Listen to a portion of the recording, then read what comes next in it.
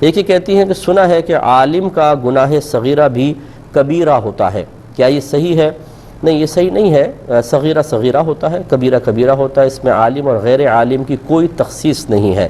ہاں یہ ضرور ہے کہ عالم کو یہ سمجھنا چاہیے کہ میرا صغیرہ کبیرہ ہے، کیونکہ میرے پاس علم بھی ہے، اور خصوصاً ایسا گناہ جو اعلانیہ طور پر اگر ایک عالم کر رہا ہے، اب اگر صغیرہ گناہ بھی کر رہا ہے تو وہ اس کو کبیرہ ہی سمجھے۔ وجہ اس کی یہ ہے کہ اس کے صغیرہ گناہ کو لوگ جب دیکھیں گے تو انہیں بھی گناہوں پہ جرأت پیدا ہوگی، وہ اس کے صغر کو نہیں دیکھیں گے بلکہ سمجھیں گے بھئی دیکھو ایک عالم بھی تو گناہ کر رہا ہے، ہم بھی کر لیں تو کیا ہے۔ تو پھر عالم نے تو صغیرہ گناہ کیا، لیکن وہ شخص جو لوگ اس کو دیکھ رہے ہیں اعلانیہ طور پہ گناہ کرتے ہوئے، وہ مزید کئی اور بڑے بڑے گناہوں کو اپنے لیے حلال اور جائز سمجھنا شروع کر دیں گے، جسے اکثر عوام کی عادت ہوتی ہے کہ داڑھی والا گناہ کرے تو کہتے ہیں جب داڑھی والے کر رہے ہیں تو یار پھر ہم کیا ہے، ہم لوگ کر لیں تو کیا آ جاتا ہے۔ تو یہ غلط طریقہ کار ہوتا ہے۔ تو یوں ضرور ہے کہ عالم اپنے گناہ کے بارے میں خود یہ سوچے کہ میرا اعلانیہ گناہ صغیرہ کبیرہ ہی ہوگا، اور اپنے گناہوں کو بڑا سمجھے، یہ اس کی سعادت کی بات ہے، اور ان سے بچنا اور بڑی سعادت کی بات ہے۔ لیکن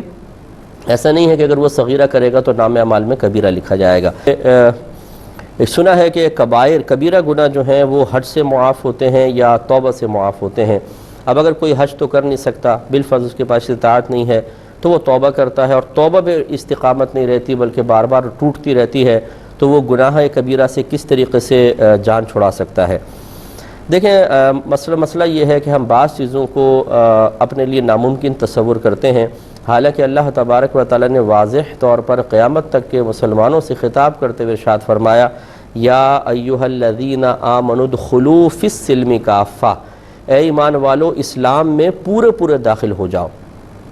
یقیناً زمانے اللہ نے پیدا کیے ہیں، اب مخلوق بھی اللہ نے پیدا کی ہے، ہماری طبیعت اور کیفیتیں بھی اللہ نے پیدا کی ہیں، اور اس کا علم قیامت کیا، اس کے علم کی تو وہ انتہا نہیں ہے۔ وہ جانتا تھا کیسے کیسے دور آنے والے ہیں، کیسی لوگوں کی طبیعت اور کیفیتیں ہوں گی، کس طرح کے ماحول بنتے چلے جائیں گے۔ اس کے باوجود جب اس نے قرآن میں فرمایا کہ ایمان والو اسلام میں پورے داخل ہو جاؤ، تو ثابت کرتا ہے کہ قیامت تک کے مسلمانوں کا اسلام میں پورا داخل ہونا ممکن ہے، یہ ناممکن نہیں۔ اگر ناممکن ہوتا ماحول یا حالات کے اعتبار سے، اور پھر اللہ تعالی ہمیں اس کا مکلف بناتا، تو یہ ایک ظلم کی صورت بن جاتی کہ ہمارے اندر استطاعت نہیں ہے اور اللہ تعالیٰ پھر بھی ہمیں معاذ اللہ مکلف بنا رہا ہے، مطلب ایسی کوئی صورت بنتی تو،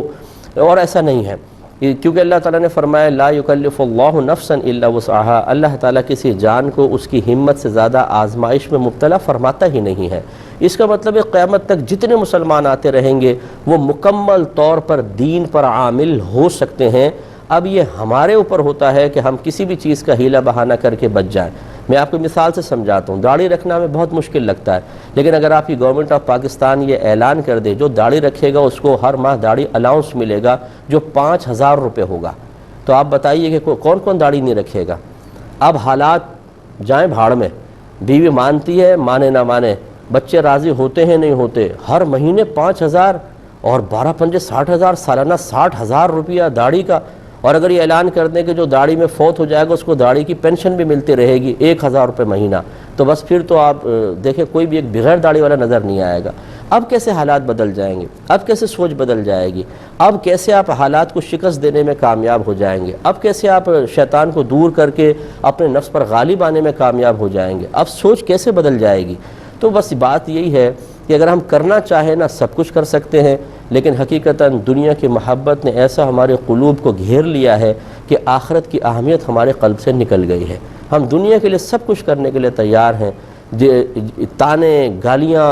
اور ہر طرح کی مشقت برداشت کرنے کے لیے تیار ہیں، لیکن دین کے لیے ہم نہ تانا سننے کے لیے تیار ہیں، نہ کوئی مشقت برداشت کرنے کے لیے تیار ہیں، نہ دین کے ساتھ وفاداری کا ثبوت دینے کے لیے تیار ہیں۔ تو خلاصہ کلام یہ ہے، میں اتنی بات اس لیے کہہ رہا ہوں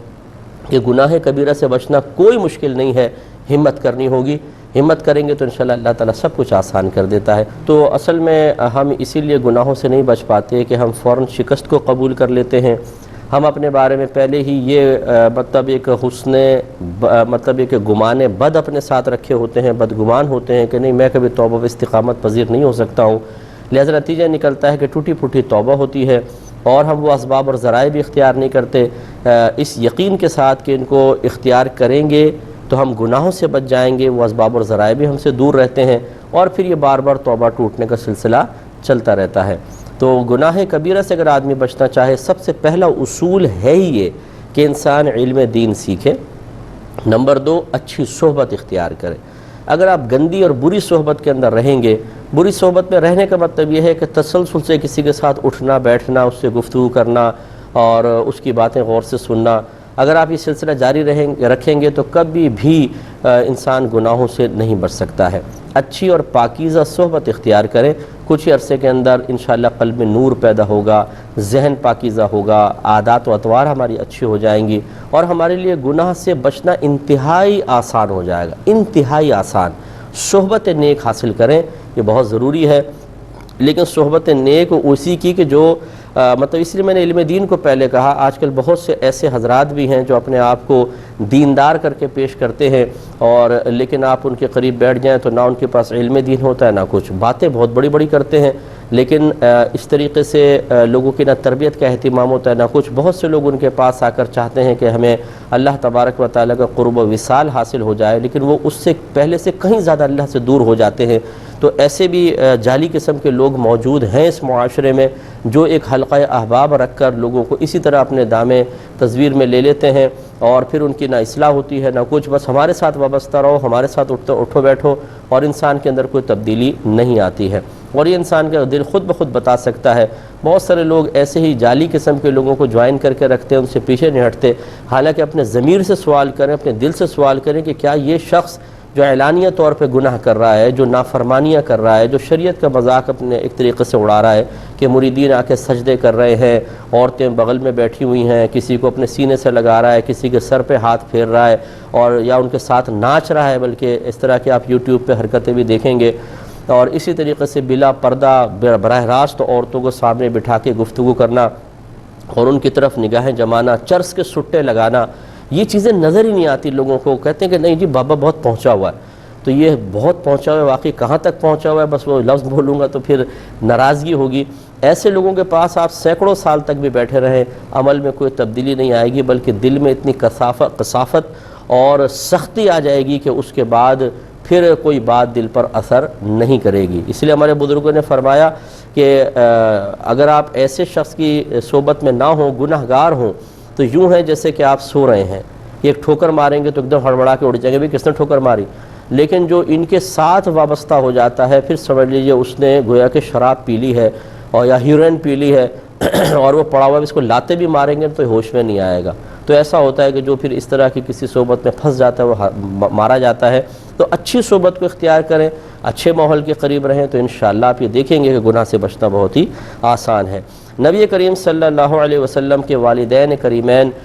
ہمارے نزدیک، ہمارے علماء اسلام کے نزدیک بالکل مسلمان تھے اور موحد تھے، اللہ تبارک و تعالیٰ کی وحدانیت کا اقرار کرنے والے تھے۔ میرے آقا صلی اللہ علیہ وسلم کے آباء و اجداد میں آدم علیہ السلام سے لے کر سرکار تک کوئی کافر نہیں رہا، سب کے سب مومن اور مسلمان رہے ہیں۔ اور انشاءاللہ عنقریب جب میں نبی کریم صلی اللہ علیہ وسلم کی ذات اقدس سے متعلقہ عقائد آپ کی خدمت میں ذکر کروں گا، تو میں اس بات کو انشاءاللہ بالکل دلائل کے ساتھ، قرآن و حدیث کے دلائل کے ساتھ ذکر کریں گے کہ سرکار کے والدین کریمین بالکل مومن تھے اور انشاءاللہ وہ جنتی ہیں۔ بی بی خدیجہ الکبریٰ رضی اللہ تعالی عنہا کے بارے میں کہنا کہ معاذ اللہ وہ عیسائی تھیں، بالکل غلط ہے، وہ دین ابراہیمی پر تھیں۔ ہاں، ان کے جو مطلب ورقہ بن نوفل تھے، وہ چچا زاد جو بھائی تھے، وہ پہلے مطلب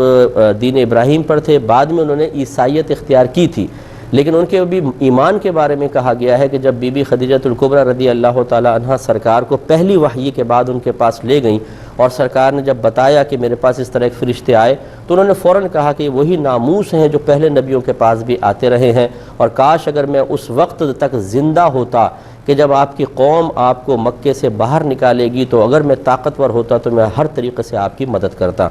اس پر ان جملوں، اور پھر ان کے کچھ عرصے بعد ان کا وصال ہو گیا تھا، وہ نابینا بھی تھے، پھر وصال ہو گیا تھا، انہیں باقاعدہ اعلان نبوت سے پہلے ان کا وصال ہو چکا تھا۔ تو بعض نے اسی حدیث کو جو بخاری کی شروع کی حدیث ہے دلیل بناتے ہوئے ان کو مومن مانا ہے، لہٰذا